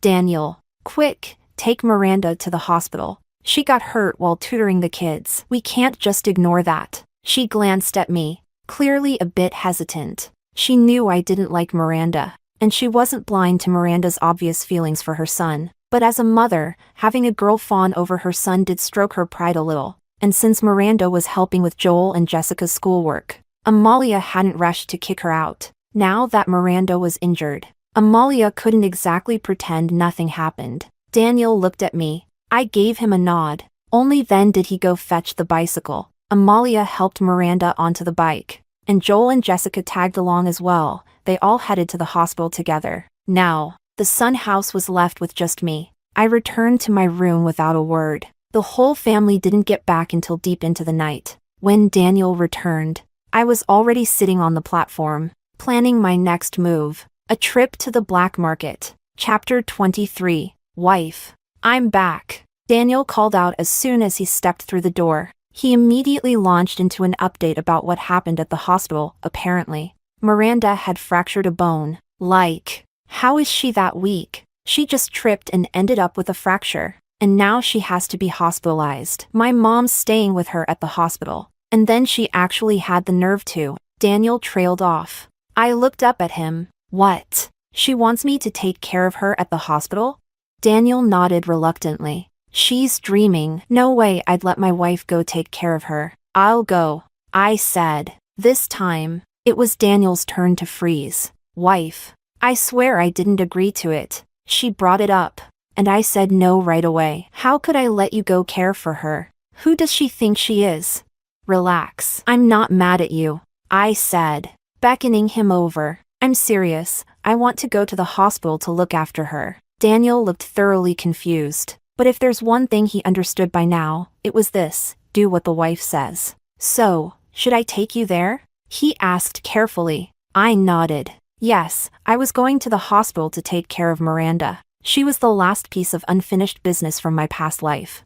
At the hospital, when Daniel and I arrived, not only was Miranda stunned, but so was Amalia. Oriana? What are you doing here? Amalia asked in disbelief. I'm here to look after Comrade Miranda, I replied calmly. Mom, you and Daniel should head home. Miranda's eyes instantly lit up. Clearly, she thought Daniel had asked me to come take care of her. She looked ridiculously pleased with herself, like she was one smug hair flip away from flying. Daniel, are you out of your mind? Amalia glared at her son, eyes wide. Her look said it all. Have you forgotten what a beating feels like? Why on earth would you let your wife come serve another woman? Daniel scratched his nose awkwardly. She insisted on coming. Mom, I didn't make her. I turned to Amalia. Mom, take Daniel home. Amalia still couldn't figure out what I was up to, but knowing she couldn't win if she challenged me, she nodded and left with Daniel. Now, it was just me and Miranda in the hospital room. Miranda lifted her chin with a smug little tilt. Well, since you're here to serve me, smack! I slapped her across the face. Serve you? You really dared to use that word? What are you, the daughter of a capitalist tycoon? I didn't mean that. I meant, you're here to look after me. Smack! Another slap. I am here to look after you. But the tone you just used? I didn't like it. Miranda's eyes filled with tears. How can you just hit people like that? I didn't hit you randomly. I hit you on purpose, and I hit accurately. Miranda trembled, her fingers shaking with fury. But this hospital room just happened to only have one patient, her. It was late. The doctors and nurses were already off duty. She was all alone, and she definitely couldn't take me in a fight. She sniffled. Don't cry. I find it annoying, I said flatly. Miranda, internally I'm so pitiful. Can't even cry now. Later that night, Miranda woke up needing to use the bathroom. She sat up and nudged me with her uninjured arm. Oriana, I need to use the restroom. Oh, you want me to help you take your pants off? Miranda's face flushed red. And no, I can do it with one hand. Your legs aren't broken. And if you can take them off one-handed, why are you waking me up? Is it because you can't sleep, so you think I shouldn't sleep either? Chapter 24. Miranda's eyes turned red again. I just wanted someone to go with me. I'm a little scared on my own, she said pitifully. I curved my lips into a smile. Sure, I'll go with you. So, I accompanied Miranda to the bathroom. She must have thought I was doing it for Daniel's sake, that I was still trying to save face for him. Otherwise, why else would I be so obedient? I glanced at her, lips curling higher. An hour later, I woke her up again. Time to use the bathroom. Miranda's eyes flew open. But I already went earlier. I have a duty to look after you. Remember? I can't just let you lie there in bed. What if you wet yourself? That'd be such a hassle for the staff. Miranda's face turned beet red, and that's how the rest of the night went. every single hour. I woke her up and made her walk to the bathroom. By the time morning came, she was sitting up with swollen eyelids, on the verge of tears. This time, it was genuine. When the doctor came for rounds, Miranda immediately requested to be discharged. Her injury didn't really require hospitalization anyway, she could recover at home. After the doctor signed the forms, Miranda swiftly paid her fees and left without waiting for me. I watched her go, rolling my eyes. No manners whatsoever. Typical. I went home, freshened up quickly, then headed to work at the textile factory. From that day on, Miranda never came back to the Sun household. She probably realized she couldn't outplay me, she couldn't outtalk me, and she definitely couldn't outfight me. Once it was clear Daniel would never be hers, she got married not long after. I heard the man she married was a drunk who also beat her. Impressive taste, honestly. Once my job at the textile factory became more stable, I started taking advantage of the employee discount on slightly defective fabric. I bought a bunch, then had Daniel use his quota to buy more. After a bit of simple cleaning and processing, these fabrics sold extremely well at the black market. Of course, I didn't go alone. I made sure to drag Daniel along every time. Only by tying him to my boat could I ensure he'd stay obedient. I couldn't help but think of my past life, how I'd tried to resell fabric and goods on the black market, only for Simon to nearly turn me into the police himself. He told me it was illegal. If his mother hadn't cried and pleaded with him to let it go, he really would have sacrificed me in the name of righteousness. Thinking back, looking at this life now, I glanced sideways at Daniel, who was currently lugging a giant sack over his shoulder. My lips curled again. After just 2 trips, we'd already made over 100 yuan. Daniel's eyes sparkled. Wife, this really makes money. We can't go too often. I reminded him. We'll do it whenever the opportunity comes, and once the country loosens its policies a bit, we can go down south to source goods and resell them up here. Wife, I'll do whatever you say. You just tell me, and I'll do it. Daniel agreed eagerly, completely obedient. Lately, we also kept up the habit of studying together. Daniel had thought that once he got a stable job at the textile factory, he could stop studying. To his surprise, I had him continuing his lessons. Wife, we already have jobs. Why are we still studying? Maintain the mindset. Only when you're prepared can you seize real opportunities when they come. Daniel didn't fully understand what I meant by opportunities, but he nodded anyway, because whatever his wife said, he'd do. No questions asked. Chapter 25. In the blink of an eye, we had been married for 6 years. Daniel was still sleeping on the floor platform while I slept on the bed. Naturally, we didn't have any children. Amalia began dropping hints, suggesting we should go get checked at the hospital. She even talked about making some strange folk remedies for me to try. This time, Daniel stepped up himself. He told her he was the problem. Amalia was stunned. She couldn't believe her son, her own son, might be the one who was not working properly. She immediately insisted on taking him to the hospital for a checkup. Daniel absolutely refused. He'd already admitted he was the problem. Why would she drag him to the hospital just to make him confess in front of everyone? He hadn't even made it to his wife's bed after all these years. What could be more humiliating than that? Seeing his reaction, Amalia finally accepted the truth. And from that day forward, she treated me even more cautiously, terrified I might leave her son just because we didn't have a child. Soon, 1977 arrived. That was the year reinstated the college entrance examination system. National policy was also starting to loosen up in many areas. I had been studying high school curriculum with Daniel for years. We'd already gone through the material twice. As soon as the news about the college entrance exams came out, Oscar's son personally informed the both of us. Over the years, other than not having kids, our life had been smooth sailing. As for the old matriarch of the Sun family, she died in Diana's home. They said she passed away peacefully, but the truth was, she suffered quite a bit. When she died, I went to see her. Her body was covered in pressure ulcers. In our past life, when Ruby took care of her, she was spotless, not a single grease mark on her clothes, let alone a wound. Yet in the care of her own biological daughter, she died in such a sorry state. The exam day came. Daniel and I went to the test center together. Thinking back, we had already been married for 7 years, but I was only 25. After the exam, we went over the answers together. Daniel gently took my hand and asked in a low voice, "Wife, do you want to leave me?"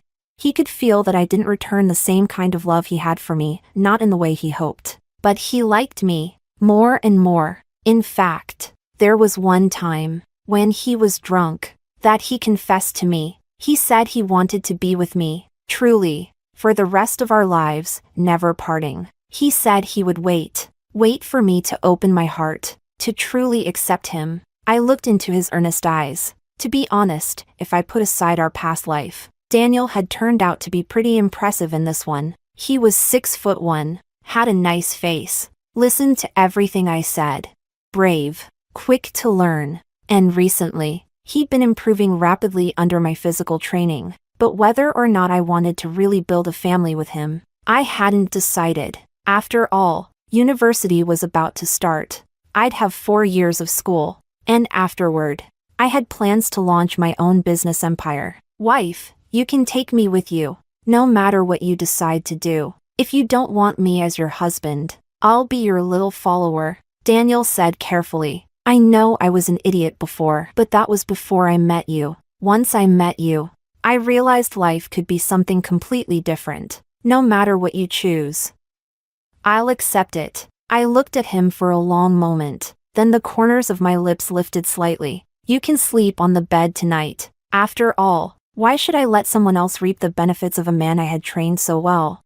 Really? Daniel cried, eyes wide with joy. He pulled me into a hug, completely overwhelmed. Finally! It's been 7 years, we're finally going to have our wedding night. Chapter 26. A month later, the results of the college entrance exams were released. Daniel and I both got into G University, in G Province. The day the results came out, both Oscar's son and Amalia were moved to tears. Their family had produced not just one, but 2 college students. Oscar's son was even publicly praised by his superiors. They said he had done an excellent job with his family education and invited him to give a speech. Oscar was radiant with pride. Amalia's chin practically pointed to the sky every time she went out. And she made sure to tell everyone, "Our family married a good daughter-in-law. That's how."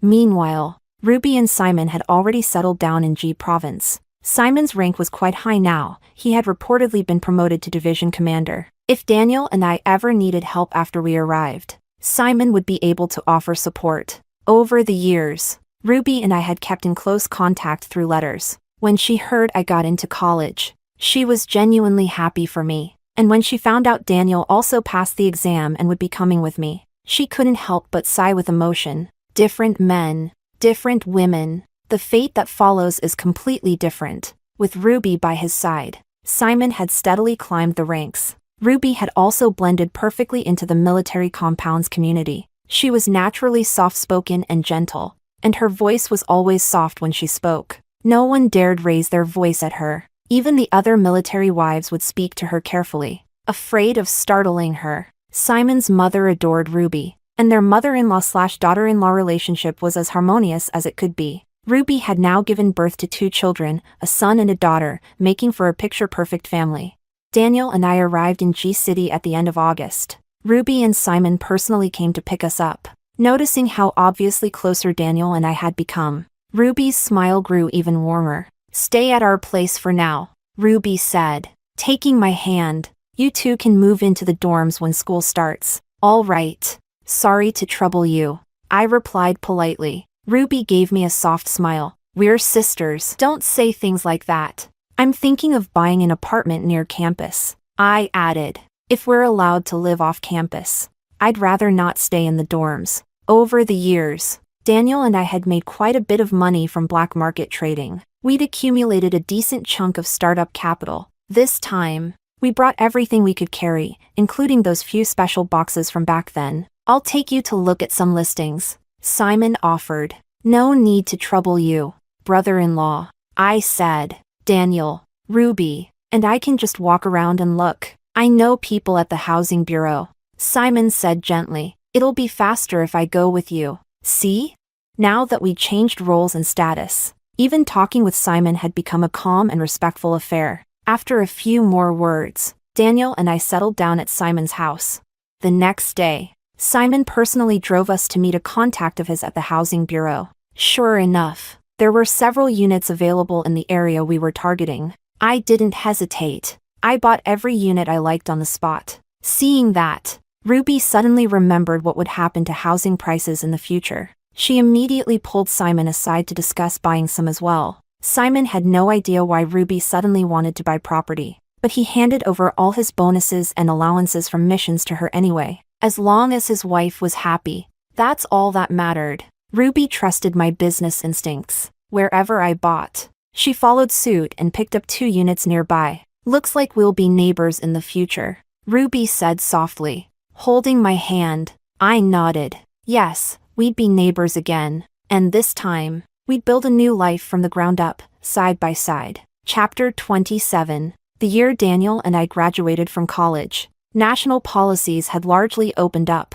I made a decisive choice. I turned down the job assignment from the university and was ready to go all in on my business plans. Daniel, on the other hand, chose to take a position at the Ministry of Commerce. His job gave him access to a wealth of information, which was extremely helpful to me. His working hours were also relatively stable, and he was based locally. 2 months before graduation, I found out I was pregnant. After years of waiting, Daniel was finally going to be a father. He wanted to make sure his job gave him enough time to help raise the child. Oscar's son had officially retired from his position as director of the textile factory. He and Amalia were both brought over to G-City by Daniel. My parents had started showing signs of various health issues. After discussing it with Ruby, we also brought them over. I had bought multiple properties over the years, 1 apartment for my in-laws, and 1 for my parents. Ruby initially wanted to chip in, but I waved her off. If you have time,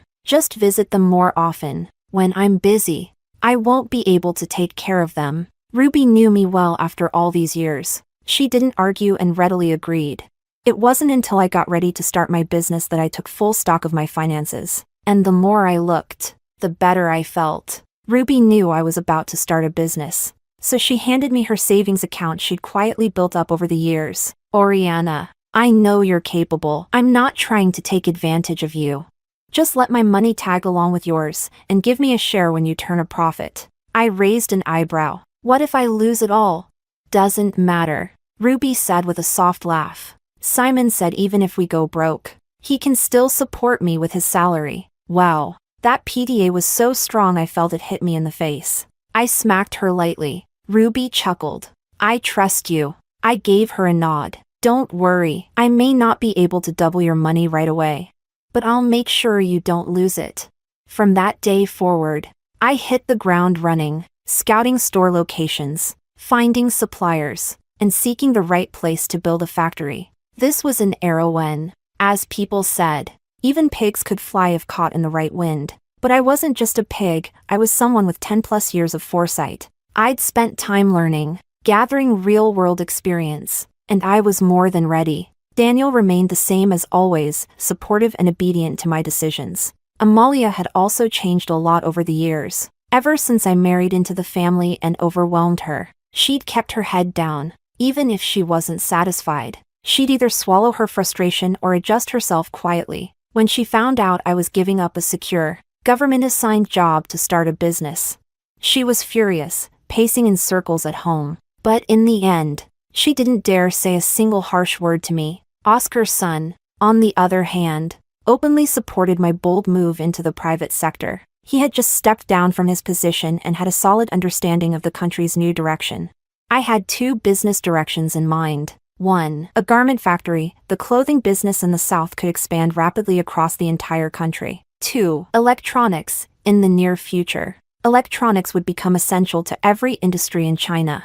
I had already purchased 2 plots of land on the outskirts of the city. Now I just needed to get the permits and handle the administrative side of things. Although Daniel worked at the Ministry of Commerce, he was still new and didn't have much experience with industrial and business licensing. So I turned to Ruby. After all, her husband Simon had plenty of former comrades in key departments. With just 1 word from him, I wouldn't have to run around chasing approvals. Chapter 28. Ruby took me to find Simon. and he immediately assigned one of his aides to accompany us to meet his old comrades who could help. I had all my documents in order, and the business plan was perfectly put together. The business registration went smoothly, and the tax paperwork was completed just as quickly. Once all the approvals were done, we officially started recruiting workers for the factory. For the garment factory, I invited Oscar's son, now retired, to act as my managing director.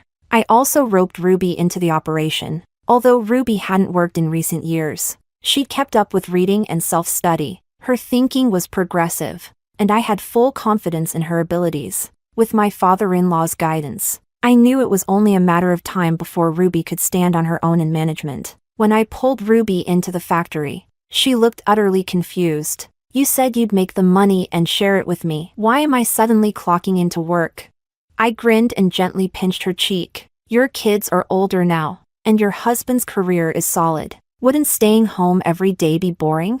You don't need to work hard, just stop by the factory, supervise things a bit, offer some guidance. Welcome, Director Yi." Ruby couldn't win the argument and eventually gave in to working at the factory. All the design sketches were created together after brainstorming between me and Ruby. She had a strong artistic talent, and her designs were always fresh and eye-catching. Plus, with our decades of experience wandering this world, we had a deep understanding of trends. Soon, our clothing factory became well known throughout the province. Next, I planned to expand nationwide, but my belly was growing, and traveling became inconvenient. Daniel was also reluctant to let me go on business trips, so thankfully Simon introduced me to a group of retired soldiers. Retired soldiers are loyal, capable, and, thanks to their training, more than able to handle themselves. With them out expanding our territory, I could feel at ease. Over at the clothing factory,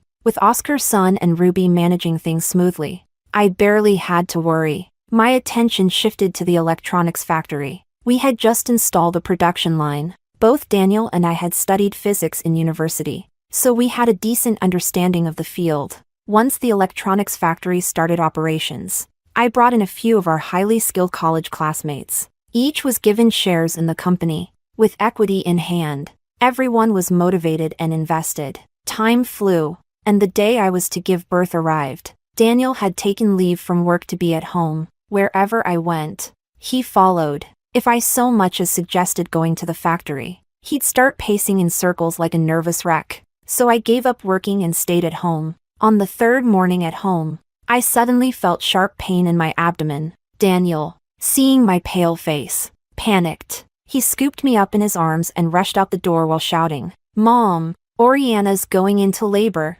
Amalia hurried after us with the pre-packed hospital bag. We sped to the hospital, where a private room had already been arranged in advance. I was taken directly into the delivery room, and after 5 hours of labor, I finally gave birth to a baby girl. Amalia looked like she wanted to say something. I knew what she was thinking. She wanted a grandson. Family planning was now being enforced. One couple, one child, which meant that now, Daniel would never have a son. But Daniel cradled the tiny, soft bundle in his arms with tears streaming down his face. "Wife, look, our daughter. She's perfect. I can't believe I have a daughter. I'm so happy. I love her so much." Amalia, while still feeling a hint of regret, couldn't help but fall in love with our snowball-like little girl as she grew day by day. Chapter 29. After finishing my postpartum confinement, I officially went back to work. Every morning, after feeding the baby,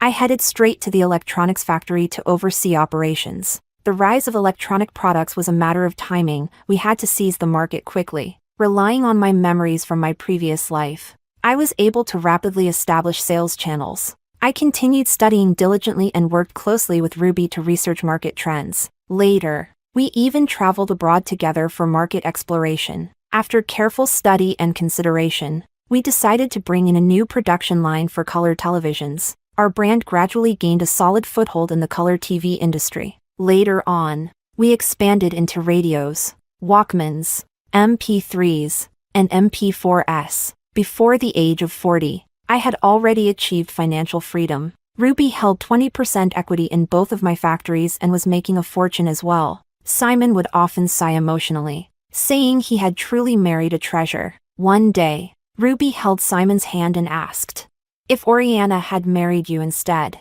do you think you'd have earned even more money?"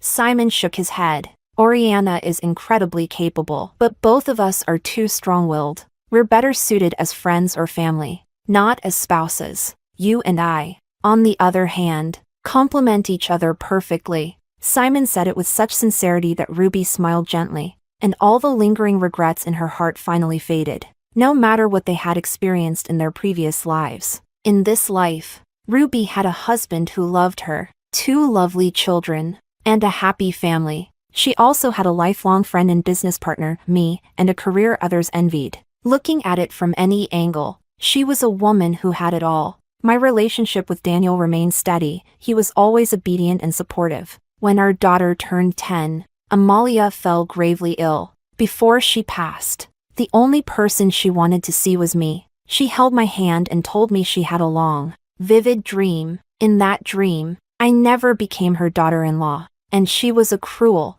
abusive mother-in-law. She rambled on for a long time, then passed peacefully in her sleep. My feelings toward her were complicated. There was a time when I truly despised her. But whether it was because of my strength, or because of the attitude of Oscar's son and Daniel, in the end, she really did change. After so many years of living together, there was some affection there. Daniel and I held a proper funeral for her. Ruby also came to pay her respects. She lit a stick of incense and quietly stepped back after bowing. I knew at that moment she had finally made peace with her past. 8 years later, our daughter was admitted to her dream university. Daniel retired early, and once he did, the 2 of us got passports and began traveling the world. The world has so many beautiful landscapes, and we wanted to experience them all. Everywhere we went, I would send postcards to Ruby. We kept up our lifelong habit of writing letters to each other. 10 years later, Daniel and I returned to our hometown. Ruby and Simon, now retired, also returned. Our 2 families became neighbors again. Ruby and I often sat together for long chats and leisurely strolls. Daniel and Simon would occasionally share a drink, reminiscing about the old days. Our later years were peaceful and happy. This world had been kind to us. It had given us a second chance at life. A chance to grasp hope, to begin again, and that, in itself, was a blessing.